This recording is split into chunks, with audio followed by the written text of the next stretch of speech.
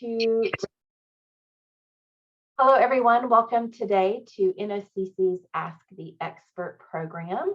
This is the third program in our clinical trials series. And in today's program, we wanted to bring it back to the patient experience and the patient perspective. So our experts today are two cancer survivors who have graciously joined us today to tell us about their involvement in clinical trials. Alicia and Kim have both participated in clinical trials and owe their lives to clinical trials, their words.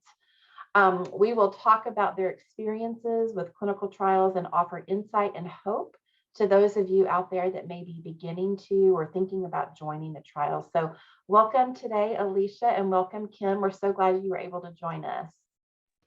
Thank you. Sure, absolutely.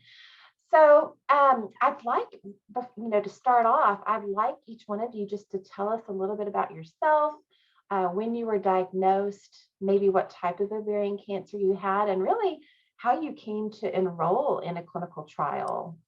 Would you like to start maybe, Alicia? Sure. Thank you so much, Jennifer. And thank you to the NOCC for the invitation. It's a pleasure to be here with everybody. As Jennifer said, my name is Alicia Delario. I was originally diagnosed in January of 2014, so I'm coming up on 9 years. And I have, I guess, the more traditional ovarian cancer, metastatic, stage 3C epithelial ovarian cancer.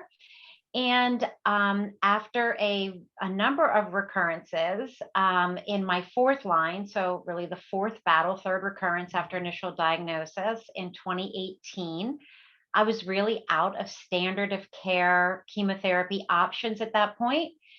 And we had shortly before that learned that I had known I was BRCA negative. I had had genetic testing a number of years earlier. And all I knew about it was BRCA negative and wild type, which really did not offer a lot of options for me. But I had just found out that maybe 6 months before I started in the trial, or when I was in my fourth line battle, that I was HRD positive. And it really opened some doors for me. I was really happy to know a little bit more about my tumor mutation and my biomarkers. Yeah. So there was a trial just being offered at that time for BRCA negative, HRD positive. It was like the stars aligned, and yes. It was really amazing, really. And my oncologist was one of the trial leads. So I was able to continue to work directly with him and his staff, who I was already very familiar with, and I really, really adore my oncologist. So it was nice to be able to go to his site and work through the trial with him. And 4 years later, I am still in the trial. So as Jennifer said, it did save my life, and I am forever grateful for science and to have this trial. Absolutely. I just love what you said. That is a true testament to not only the stars aligning, right, but the progress we make and the timing that it makes in the success that has been able to being brought to you. I'm not saying this eloquently, but yes, the timing and then the research that has come so far, and you just happen to be there on that beginning part of a new treatment. So that's just wonderful. Yeah. So thank you for sharing that. Absolutely. So my turn? Yes. Okay. So I'm glad Alicia went first because that was terrific. And mine had a lot of similarities. So I feel like I don't have to repeat some of the things you said. I was initially diagnosed in 2013, so a year before you, and completely caught me off guard. I had no idea what ovarian cancer was. I thought I was going through menopause. I was as fit as I could possibly be at 52. I was teaching spin classes every day. I was playing tennis every day, but I was bloated and had stomach aches, and the stomach aches became so painful that that's why I initially called my doctor, but I had no idea what I was calling my doctor for. And this was in June. But in the spring, only a few months before that, I had a complete physical with my gynecologist. And he said I was perfectly healthy. I'll see you in a year. And my primary care, same thing. I was perfectly healthy. I'll see you in 2 years. So I don't know if this just spread so quickly or spread so fast, but it was shortly after that. So I ended up at Mass General in Boston. Same thing, same type of ovarian cancer that Alicia has, stage 3C, major surgery. They take everything out from inside you.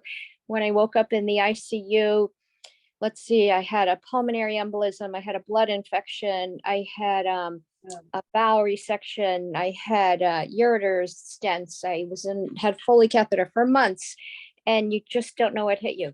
Yeah. And went through IP chemo, which is a port in my stomach as well as a port in my chest. And at Mass General, my oncologist did that inpatient. So I'd go in the hospital for 3 days of inpatient chemo, come home for a couple of days, go back for 1 day of outpatient, come home and throw up and sleep for 9 days and go back and do it all again. So after I finished the 6 months of chemo and had the port removed from my stomach, I felt that I was cured, ready to move on with the world, and took a year for my hair to grow back, but I really felt that I was cured, and I recurred 17 months later.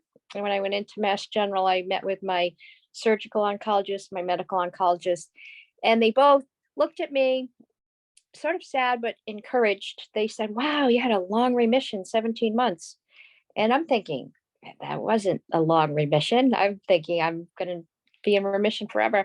And they both said, there's no clinical trial that you're eligible for. And at that time, it meant nothing to me. I knew nothing about clinical trials. But by October, so let's see, we went from May to October, they said to me, my medical oncologist said, there's a clinical trial that opened up. Would you be interested? And of course, everything she suggested to me, I said, yes, yes, yes, yes, yes. And it opened up, it was the Aerial 3, it opened up to also non-BRCA, as Alicia is. And so I went on that December of 2015, and I have been on it ever since, and I have not recurred. Wow, that's amazing. And that's a great example of a physician actually taking the initiative to bring a clinical trial, to your attention. And that's really, really great. It sounds like you both had really great physicians that were kind of more in the know and put you really highly on that, wanting to keep you informed of what's available. So that's really, really great. And so it sounds like you both had really great access to getting into a trial. Can you tell us a little bit about what that enrollment process was like? Did you have help? Was it easy? Was it difficult? Was there a lot of paperwork? How was that process for you? So the enrollment process was really easy because my oncologist and the research assistant who works for him just took care of everything. Okay. All I had to do was sign the consent form, and I got started on it. And the pharmaceutical makes it really easy. I mean, all the medications for me in the trial, and I don't know if that's I mean, from working in the pharmaceutical industry, it is typically that the medicines are free to the patient during a trial. And so that's always been really nice. And there's also a stipend and that you receive for the travel, because my oncologist is a little far away. And I live in the Philadelphia area. But it was really seamless. And just every once in a while, I have to sign an updated contract or a consent form, because they uncover new things, because, we're in a trial, we're learning, and we are really the ones that are helping the next generation of patients that are going to need this medicine. And so I have to go quite often for blood work and CT scans, and to talk about my experience so that they can use that as input. But it has been really flawless from an intake perspective. Good. How about you, Kim? Same thing. My medical oncologist walked me through it. I had paperwork to sign. And when I first started, that it was going to be either a placebo or the drug, because they said with ovarian cancer, there's no sort of baseline. So there's nothing to compare it to. So the placebo or the drug. So that was a little nerve wracking. Am I actually getting the drug? And same thing, I had to sign paperwork, and every every so often update the paperwork based on side effects that could potentially happen. And Sure. when I first started, I had to go in every week, then every 2 weeks. And I had a little sort of iPhone that I would have to program in when I took my pills. And it started out 6 in the morning, 6 at night. But then as time went on, they moved it to 2 pills and no phone and paperwork because they wanted to make it easier for women to participate. And and then I was going every 4 weeks for labs and to see my oncologist. And then the trial actually ended in November of 2021, and it's an FDA approved drug. So as Alicia said, it's been free. The whole process has been free. I haven't been charged on my insurance, and I still get the drug for free every single month. The pharmacy calls me and says, "Are you still living here?" And then they mail it. It sounds like you both have had just a good experience overall. I know that's not the case for a lot of women. I know that sometimes, there are hardships that they find themselves in, and things aren't required, and they may have to travel far distances. So I know that not everyone has maybe had it as seamlessly as you both have. And I just wanted to bring that to everybody's attention. But yeah, I was going to ask you, did either of you have to travel far for your clinical trial? And did that interrupt any of your treatment plans at all? My oncologist is about an hour away. An hour? Okay. And I had to go so often, especially in the beginning, as Kim was saying, because they're So really, often. really monitoring. I was really sick in the beginning too. The first 5 to 6 months were really hard, and then it just kind of settled down. And it's been totally fine. Just extreme fatigue is the only thing that remains. And so my family and I have learned how to adjust our lives, and if that's all we have to worry about is extreme fatigue, we'll take it. So that's why the trial, we're provided a stipend to cover my gas. Yeah. And it was like when I wasn't feeling, my husband always took me out to all those. And then once I got in a groove and was feeling better, and then I didn't have to go as often. They still pay for it, but I can go by myself because it's really more of a check-in and then getting more of the medications. Mm-hmm.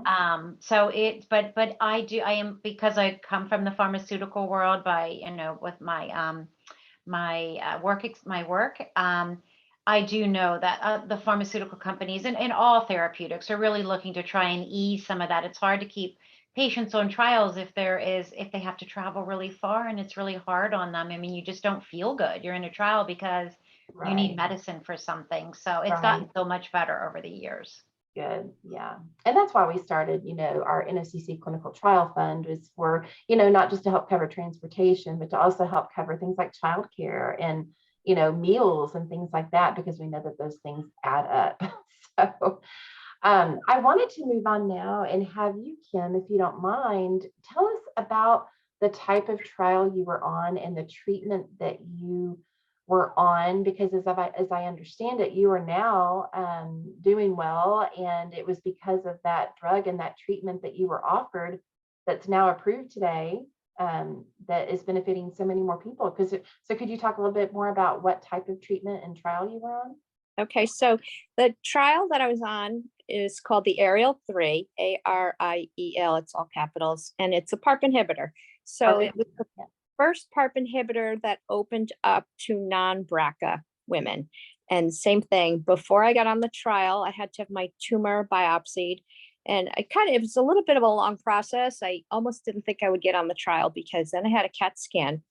And the CAT scan showed, it was sort of a funny story, a hematoma, and they thought that maybe I had recurred, but what it was I had tried to do a push-up one day when I was feeling really good, and I ruptured a blood vessel. And Oh, so when I had the CAT scan, I remember that they were all just sort of, walking around and talking with each other. And I texted my former husband, who's a pathologist at Mass General, and he said, "Yeah, you're not going to get on the trial. It looks like your cancer's back." But it wasn't. It was the blood. And then the other thing that had happened was I was at my older daughter's house. I said, she was having her second baby, and I missed the first one because it was when I was having my first surgery. And I said, "I'll be around for this second one." And I said, "I'll be through with chemo." And I was literally up all night long. She lives out of state, so I was just worried that I couldn't be at Mass General. And what I ended up happening was I passed a big, huge kidney stone, and Mm. it just stopped there. So they saw that in the CAT scan too and realized, okay, that was nothing. It wasn't a recurrence or anything. But the trial's been easy because now well, the trial ended, but they got it down to 2 pills a day.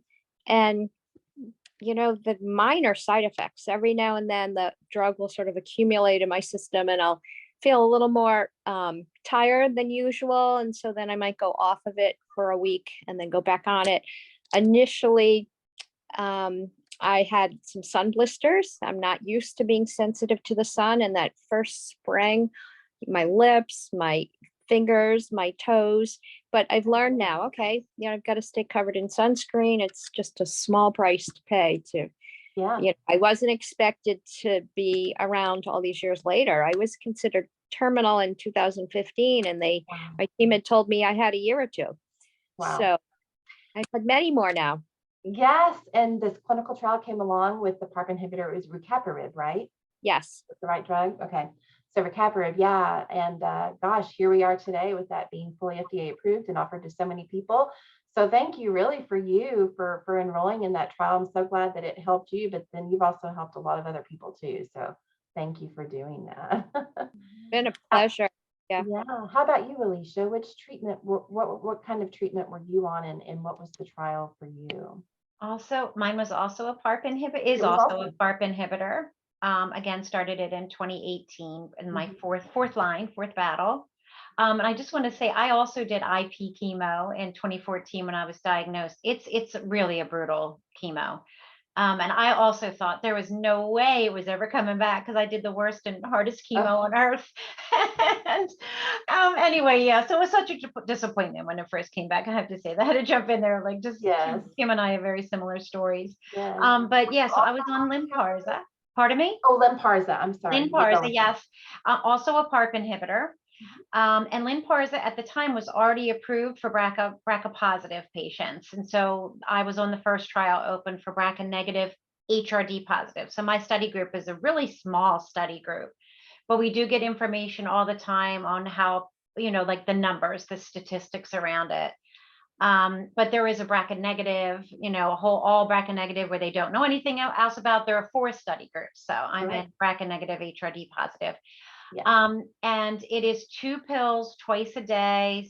And I will say that after having done infusion therapies for the 3 prior times I was in therapy, having to take a pill twice a day, it's easier, but you never come out from under.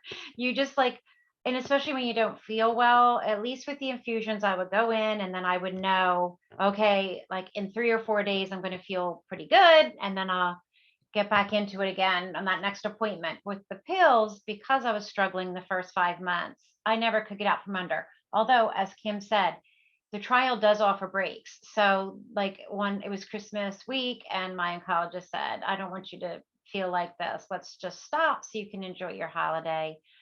My daughter was fairly young through all this. So I wanted to be able to really have a nice Christmas. So then I just went back on it. But now even if I'm going on vacation, he'll stop it. He'll pause it for a week so that I'm not so tired all the time. And it's like you're immediately feeling normal again. Yeah. There's not like a real long time to get back on your feet as there is with some of the infusion chemotherapy, especially like IP chemo. But it's been like I said, after that 5 months, and now here I am almost 4 years in it, it's been really easy. And it is still 2 pills a day, twice a day, but I'm on the lowest dose possible. We had to titrate down because it was just a little bit too hard on me. But anyway, so it is a PARP inhibitor. And again, I am incredibly grateful. And it also is the first time I've been on a treatment for ovarian cancer that's really targeted. It's called a targeted therapy too. So everything else was more standard of care for all the other 3 times. This time it is targeted. So that also gave me a lot of hope when I started the trial. So yeah, it's been terrific. Good. Good.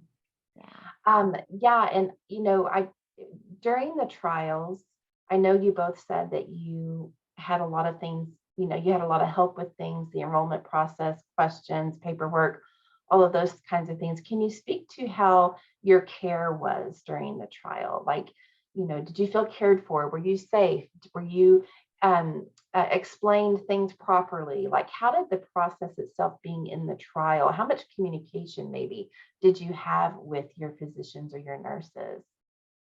So I have found that people who work in oncology and cancer are some of the kindest people. And Yeah. my oncologist, my surgical oncologist, they just never say the word cancer. And during my treatment, when I went through surgery and chemo, I always had somebody with me. And I felt like I was friends still with my medical oncologist and my surgical oncologist. It was more of a friendship as far as, what are you doing today? Are you playing tennis, or are you playing tennis next week? Or when are you traveling? When are you going to go see your daughters? And it was more, and, I was always curious as to how come we're not talking about, cancer and medicine and all this other, and it was more quality of life. So I That's good. loved my visits, and you really become good friends with your whole team. And then when you walk in and everybody knows your name, from, the phlebotomist to the front desk, it's a nice feeling. Love that. Yeah, I echo the same thing. I just adore my oncologist, and same thing. His whole goal was that we would find the right quality of life. So when I would come in like green from first starting, he'd be like, okay, this still isn't where I want you to be. And we would talk about it. And that's why we slowly titrated down until I ultimately ended up on the lowest dose possible. But he's like, no, I just want you to come in here with a smile on your face and tell me that, that you're feeling decent. And I enjoy a glass of wine every once in a while. And the thought of wine at that time really turned my stomach. So his first question was always, have you been able to have that glass of wine? I'll be like, no. And then finally, when I said, yeah, I was able to, I felt like a glass of wine. He's like, yay, we did it.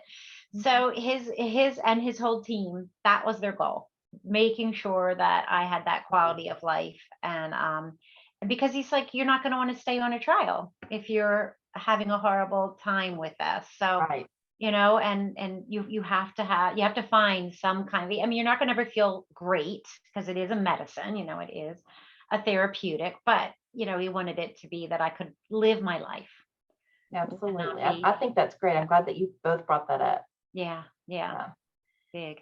So for those who may be listening who haven't, listened to our previous sessions on what clinical trials are and how you find a trial, is there any advice that each of you might give to someone who may not be aware of clinical trials, or is kind of skeptical of the idea, or is thinking about matching to a trial? Is there any advice or encouragement that you might want to give to those out there? So my suggestion would be, you've worked so hard to fight the cancer. Mhm. Clinical trial is sort of the icing on the cake, right? You Oh, I might love that. just finish, and also it's progressing science. I mean, think of how much progress we've made with other types of cancer. So keep going. And Alicia and I, neither one of us expected to be here, and here we are. So Love it. you got to do it. That's exactly right. And the nice thing about a clinical trial is that you are very highly, highly monitored Mhm. and very well taken. You have a whole bunch of people watching this, not only your direct medical team, but also the pharmaceutical. They have to report everything out, and everything is tracked. So you just feel like all kinds of eyes are on you when you're in a trial. And if you are interested, most oncologists will be aware of what is happening. There's also an internet site called clinicaltrials.gov where you can go out and look, and they'll have, because I see a question about low-grade serous, Yeah. you can go out there and you can just put that in, and it'll show what trials are going on, and what may even be coming up. So you can do your own research before even maybe you talk to your oncologist, just to see what might be out there. There's the beauty of today is that there is so much happening in science. Yes. It's really remarkable. When Kim and I were both diagnosed, there really wasn't much out there. and certainly nothing targeted for ovarian cancer. So we have come such a long way.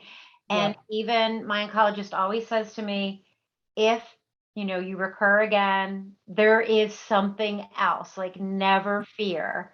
There is something else. And I go to a hospital that is a teaching university, and they have a lot of scientists doing research, and he has brought the scientists in to talk to us, my husband and I, about what's coming, so that we never lose hope. There's so much going on. So I would just encourage, just like Kim said, we fought so hard, and so if there's a trial offered to you, I highly recommend.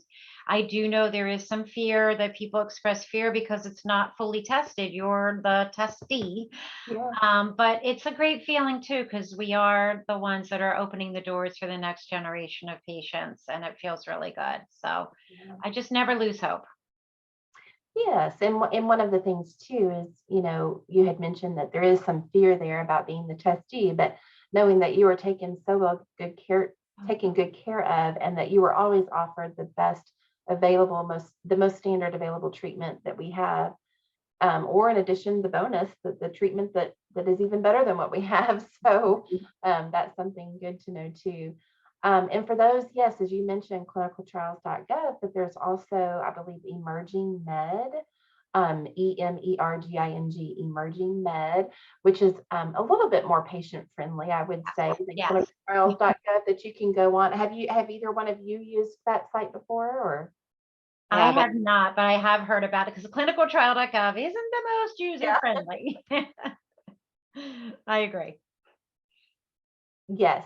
So Emerging Med is another great option to kind of look through trials, and they actually have some clinical trial matching specialists that you can speak with over the phone if you need some assistance. So definitely request that too. And then, if you live in an area that you may not have access to the top, physicians in the field, or they may not be aware of the latest and greatest that are going on.